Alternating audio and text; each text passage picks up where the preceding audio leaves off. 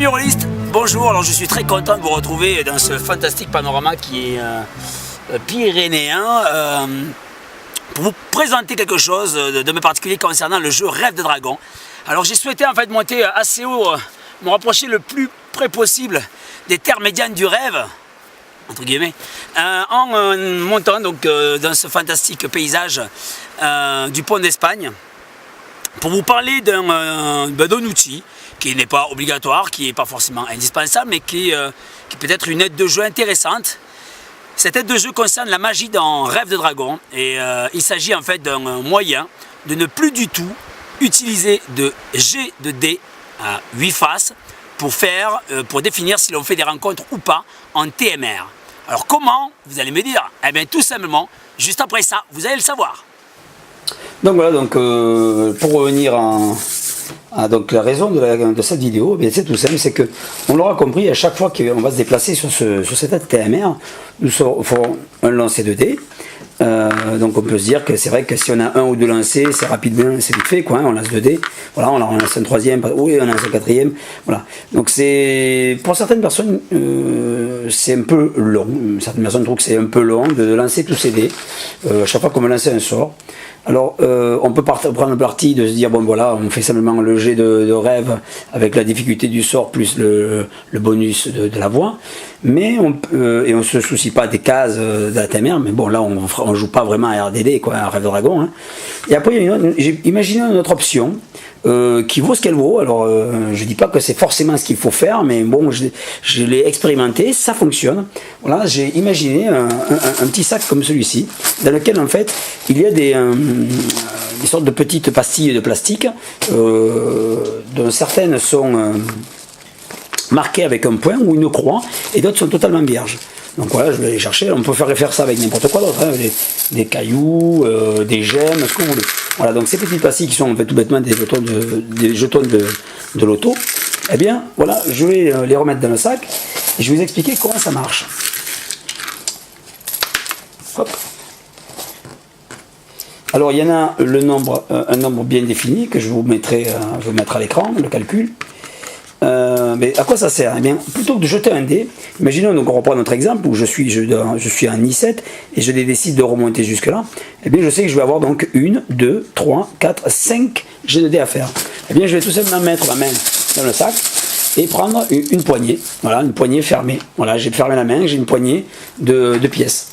Et bien après à chaque fois je vais tout simplement poser un jeton, voilà, donc il est translucide, donc ça veut dire qu'il n'y a pas de rencontre sur la case I7, je prends une autre, hop, et surtout je ne regarde pas ce que j'ai dans la main, je ne fais pas de rencontre, j'en prends un autre, ah, mais là j'ai un point noir, donc ça veut dire qu'en désolation j'ai fait une rencontre, tout simplement, et donc là je dois jeter donc, selon donc, la case sur laquelle j'étais, en me référant donc à la table, donc j'avais fait 1, 2, 3, dans la désolation je dois jeter donc un des 100, pour obtenir en fait savoir quel est le type de rencontre. Et à la suite de quoi, selon ce que je vais devoir ajouter, 2d6, 3d6, 2d6, 2d8, et ainsi de suite. Ou alors 7 plus un dé draconique qui sera donc celui-ci. Voilà, donc le principe est tout simple, c'est que j'ai dans les mains les pastilles. Et quand j'ai fait une rencontre, c'est pas terminé. Donc j'ai fait une rencontre dans la désolation. Donc je reviens sur ma case. Tac, tac, désolation. Il me reste encore 1 et 2 cases. Eh bien, je reprends l'ensemble, je remets tout dans le sac, je remélange, je reprends une poignée, et là, je fais pareil, 1, j'ai pas fait de rencontre, 2, donc 1, 2, pas de rencontre, 3, pas de rencontre. Voilà, c'est tout simplement fait. Et en fait, dans la main, je vais avoir, et quand j'ai des croix, si je tombe sur une croix, je dois relancer un jeton, parce que la croix est considérée comme le 8 du dé de rencontre. Voilà. Par contre, vous voyez dans cette main, j'ai eu de la chance, je n'avais qu'un seul point noir, donc une seule rencontre. Voilà le principe, ça évite de lancer des dés, ça fonctionne très bien dans le jeu, il suffit de dire bon mais je lance un sort, je vais avoir, je sais pas, par exemple 1, 2, 3 cases, donc je prends tout simplement, hop, une poignée, je ferme la main, et 1, 2, ben, la deuxième case je rencontre, donc je suis obligé de remettre tout, je fais ma rencontre, je résous ma rencontre, et pour la dernière case, hop, je reprends, hop, mais pas de rencontre, je suis arrivé au bout. Voilà, donc c'était le principe, donc c'est l'histoire des petites gemmes. Alors vous pouvez mettre ça dans un sac ou dans ce que vous voulez, mais voilà, le principe, l'idée de départ, c'est ça. Voilà. Jeter des sorts, en fait, c'est vraiment un jeu. Parce qu'on va justement, quand on comprend un petit peu la magie, on se rend compte que selon le type de case que je vais visiter, eh bien j'aurai plus ou moins de chances d'aller, de ne pas rencontrer de monstruosité. Vous voyez, quand on est dans une cité, c'est de 0 à 25, dans une plaine ou un pont, c'est de 1 à 20, 1 à 15, et forcément, c'est plus difficile de rencontrer un messager de rêve qui est une rencontre positive quand on est dans un marais ou un gouffre. Et alors, en nécropole et désolation, on fait que des mauvaises rencontres. Parce que les 3 premières rencontres qu'on fait dans les TMR sont plutôt positives, quand on les maîtrise. Et donc, si on a la possibilité donc, de maîtriser, donc on va, selon la compétence, on va récupérer le degré et on va se battre avec, non pas la caractéristique, mais le niveau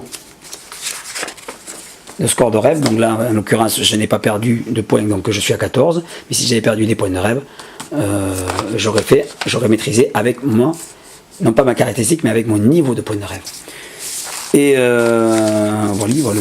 Donc j'espère que ceci aura été clair. Lorsqu'on fait ce jeu de rencontre, hein, donc on a effectivement donc, la table ici. Si on rencontre un rêve dragon, c'est là en fait que ça commence à devenir un peu compliqué. Donc on va utiliser les draconiques hein, pour obtenir donc la force selon l'endroit où on aura rencontré. Hein. Et donc sur le dragon, ben, si on ne le maîtrise pas, si c'est un échec normal, on va donc être sous le joug d'une queue de dragon. Donc on peut les avoir en carte ici ou directement sur le livre. Dans ces queues de dragon, on peut avoir des désirs lancinants et des idées fixes.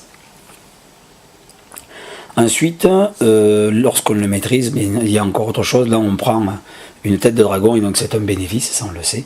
Et donc sur le livre, vous les retrouverez donc, avec les têtes de dragon qui sont des avantages donnés directement par exemple un don de haut rêve ou don de sentir les hauts rêvants, don de sentir le mensonge, don de limite de réussite, souvenir immédiat d'archétype. Enfin voilà, donc vous l'aurez compris. Ce lancer de sort est un jeu en soi, un jeu dans le jeu. Où en fait on va vraiment, le haut rêvant va avoir une responsabilité très forte pour le groupe. Et lorsqu'on joue en rêvant, il faut se mettre en tête qu'on doit être capable d'assumer la magie. Et c'est-à-dire on doit étudier cette TMR il y a un lien avec les sortilèges qu'on aura choisi. Hein.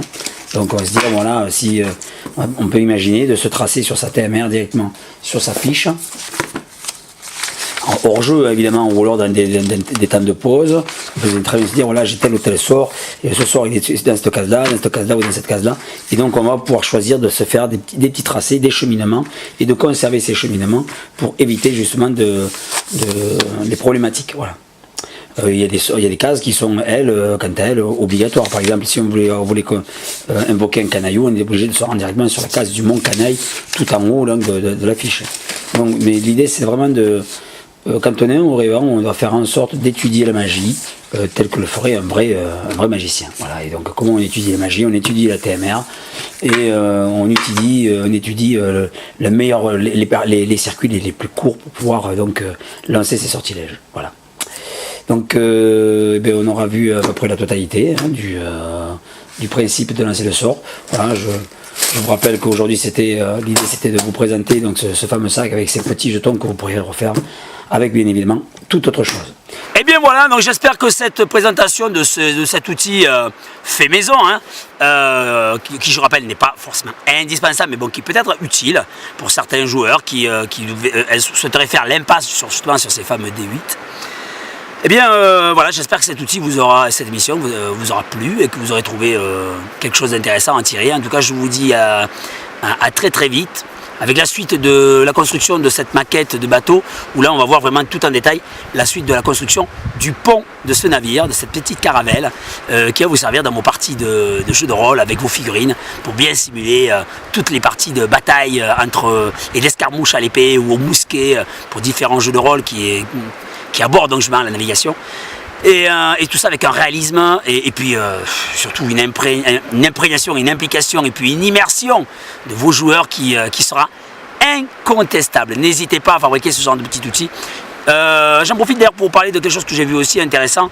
Voilà, je vais vous mettre en bas un petit lien avec, j'espère d'ailleurs que je vais le retrouver parce qu'au moment où je vous parle, je suis dans les montagnes. Un petit lien concernant en fait un bouquin qui est tout couleur avec des papiers glacés où on peut retrouver justement des bateaux, des formes de bateaux avec, pour pouvoir justement générer ces simulations de combat maritime. Voilà. Donc, je vous dis à très vite. Je vais continuer à me balader. Là, le soleil commence à tomber. Il va falloir que je pense à faire demi-tour parce que la survie en montagne, j'ai pas ça dans mes bagages. Et en tout cas, je vous souhaite à toutes et à toutes un bon visionnage, puis une bonne journée ou une bonne soirée. Et n'oubliez pas de vous abonner, de cliquer sur la petite cloche en bas des notifications et de liker et puis de faire des commentaires parce que ça aussi, les commentaires, ça me plaît. Et j'aime bien justement avoir des retours un petit peu sur ce que je fais. Voilà, donc je vous laisse sur un petit diaporama de ces fantastiques photos des Pyrénées dans le pont d'Espagne. Allez, salut, à bientôt!